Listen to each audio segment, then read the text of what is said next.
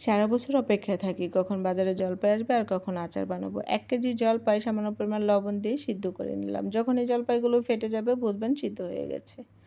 Measurement কাপের ১ cup তেল প্যানে দিয়ে দিয়েছি রসুন ছেঁচা, সাথে দিয়ে দিয়েছি যে ৫ টা শুকনো মরিচ, তেজপাতা।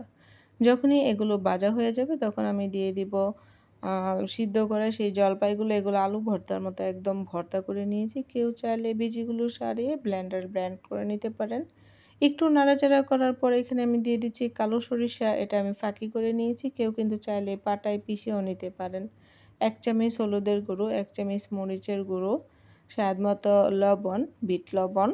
লবণটা পরবর্তীতে চেক করে অবশ্যই নামাবেন। এখন দিয়ে দিচ্ছি সিরকা। আজকে আমি তৈরি করে দেখাবো টক ঝাল মিষ্টি আচার, যেটা আপনি সাদা ভাত, খিচুড়ি যেকোনো কিছুর সাথে খেতে পারবেন। আর এই আচারের সবচেয়ে বড় সুবিধা হলো এটি নাড়াচাড়া কম করতে হয়, রোদ্রে দেওয়ার ঝামেলা নাই।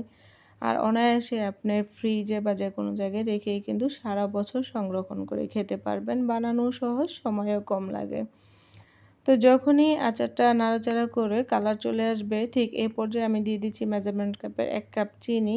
যারা মিষ্টিটা একটু বেশি খান তারা মিষ্টিটা দিবেন। আমরা মিষ্টি খাবারটা খুব কম পছন্দ করি, টক ঝাল খাবারটাই বেশি পছন্দ করি, তাই চিনির পরিমাণটা কিন্তু কম দিয়েছি।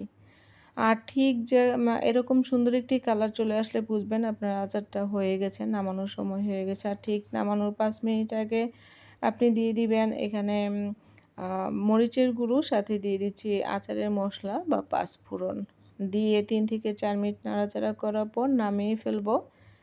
এই আচারটা কিন্তু খুবই মজা, আর কালারটা খুবই সুন্দর একটা কালার চলে এসেছে।